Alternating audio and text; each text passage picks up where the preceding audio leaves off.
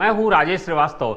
1.5 महीने से चल रहे किसानों के आंदोलन पर आज सुप्रीम कोर्ट का फैसला आया है। सुप्रीम कोर्ट ने जिस तरह का फैसला दिया है उससे एक उहापोह की स्थिति बनी है। इसको विश्लेषकों की नज़र से माने तो ये फैसला फिलहाल किसानों को कहीं से राहत देते हुए नहीं दिख रहा है। हालांकि इस फैसले के अगर निहितार्थ पर जाएं तो ये जरूर है कि सरकार को राहत मिल गई है। सरकार पर जो किसानों का चौतरफा दबाव था और ये दबाव बन रहा था कि किसानों पर सरकार कोई निर्णय नहीं ले पा रही। 9 चक्रों की बैठक हो चुकी है। 9 चक्रों की बातचीत के बाद आज तक कोई फैसला नहीं हो पाया है। लगभग 2 दर्जन से ज्यादा किसानों की मौत हो चुकी है। सुप्रीम कोर्ट ने कल सुनवाई करते हुए केंद्र सरकार को फटकार लगाई थी। केंद्र सरकार से सुप्रीम कोर्ट ने कहा था कि हम सुप्रीम कोर्ट हैं और हम चुप नहीं बैठ सकते हैं।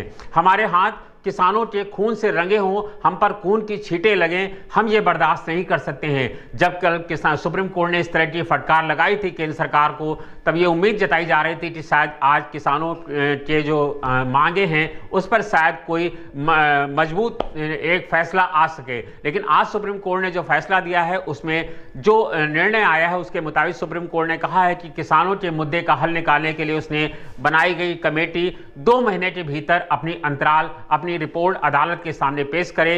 इस कमेटी की पहली मीटिंग 10 दिन के भीतर करने का आदेश सुप्रीम कोर्ट ने दिया है। सुप्रीम कोर्ट ने जो फैसला दिया है उसका सीधा सीधा एक मतलब यह है कि फिलहाल तीनों कृषि कानूनों के अमल पर रोक लगा दी गई है और इसके साथ ही न्यूनतम समर्थन मूल्य की व्यवस्था कानून पारित होने से पहले की तरह चलती रहेगी। जबकि इन कानूनों के तहत की गई किसी भी कार्रवाई के परिणाम स्वरूप अगर किसी भी कानून के तहत उसकी जमीन को ना तो बेदखल किया जाएगा और ना ही किसान को उससे वंचित किया जाएगा।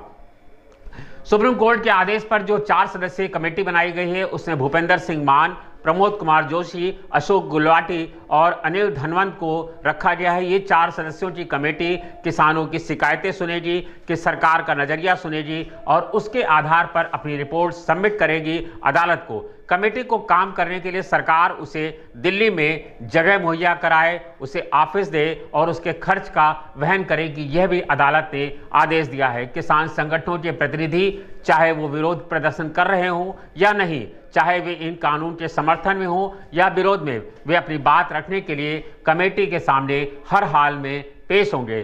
कमेटी 2 महीने के भीतर सुप्रीम कोर्ट में अपनी रिपोर्ट फाइनल करेगी। कमेटी की पहली बैठक 10 दिन के अंदर की जाएगी। सुप्रीम कोर्ट ने तीनों कृषि कानूनों के लागू होने पर अगले आदेश तक फिलहाल रोक लगा दिया है। इसके अलावा सुप्रीम कोर्ट ने धरने पर बैठे किसानों से बात करने के लिए 4 सदस्यीय इस कमेटी का गठन किया है।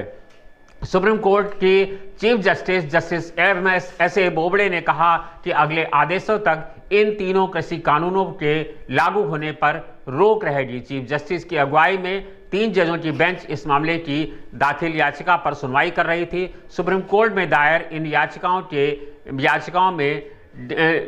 याचिकाओं में डीएम के सांसद त्रिची शिवा और आरजेडी के सांसद मनोज झा की याचिकाएं भी शामिल है। Chief justice SS. बोबड़े ने कहा कि हम कमेटी का गठन कर रहे हैं ताकि हमारे सामने एक साफ तस्वीर आ सके और हम ये दलील नहीं सुनना चाहते। कोर्ट ने फैसले को आगे बढ़ते हुए कहा कि हम ये दलील नहीं सुन सकते हैं कि किसान कमेटी के सामने नहीं जाएंगे।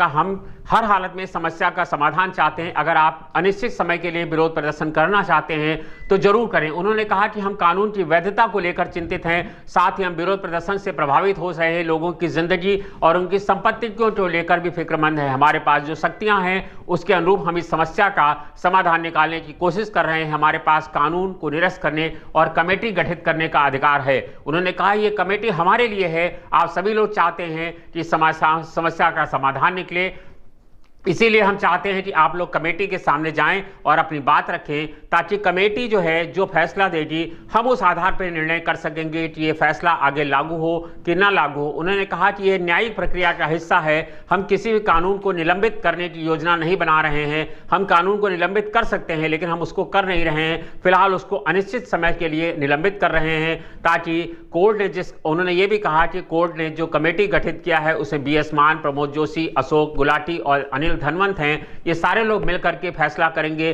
पहले किसानों की बात सुनेंगे, उसके बाद सरकार का पक्ष जानेंगे, दोनों पक्षों को मिला करके जो निष्कर्ष निकालेंगे उसको अदालत के सामने लेकर के आएंगे। जब सुप्रीम कोर्ट ने आज ये फैसला दिया है, उसके बाद हालांकि जो किसानों के नेता हैं उन्होंने साफ कह दिया है कि हम आंदोलन खत्म नहीं करेंगे। इन्हीं सब मुद्दों को लेकर के हमने किसानों के नेता राकेश टिकैत से बात की। चलिए देखते हैं कि राकेश टिकैत इस मामले में आगे क्या कहते हैं। पूर्ण रूप से कि उन्होंने सुप्रीम कोर्ट ने कई सुनवाई किसानों के बारे में की। जो कमेटी बनी हुई है उसके जो मेंबर बने हुए हैं उन पे हमको ऐतराज है। भूपेंद्र सिंह मान जो पिछले 25 साल से मल्टीनेशनल कंपनी के पक्ष में काम करते हैं, अशोक गुलाटी जो बहुत भारत सरकार की रिकमेंडेशन किसानों के खिलाफ देते हैं, जो 3 कानून जो आए हैं इनमें भी उनकी रिकमेंडेशन है। क्या जो उन कानूनों की रिकमेंडेशन जिसने करी हो उस पर किसानों को भरोसा हो सकता है? फैसला आने से पहले हम फैसला दे रहे कि वो पूर्ण रूप से कमेटी सरकार के पक्ष में फैसला देगी, 3 कानूनों के पक्ष में फैसला देगी। हमें पूर्ण रूप से उस कमेटी पे, उनके आदमी पे कोई भी एतबार नहीं है। वे पूर्ण रूप से पिछले 20-25 साल से किसान विरोधी कामों में लिप पाए। वे खुले बाजार की व्यवस्था को चाहते हैं, वे एमएसपी को खत्म चाहते हैं, वे बड़ी कंपनियों के पक्ष धर्म पे लोग हैं। हमें इस तरह की कमेटी के जो लोग हैं उनकी विचारधारा क्या है वो पहले पढ़ना पड़ेगा, और हमको उनका साफ पता है कि उनकी विचारधारा किसानों के पक्ष की नहीं है।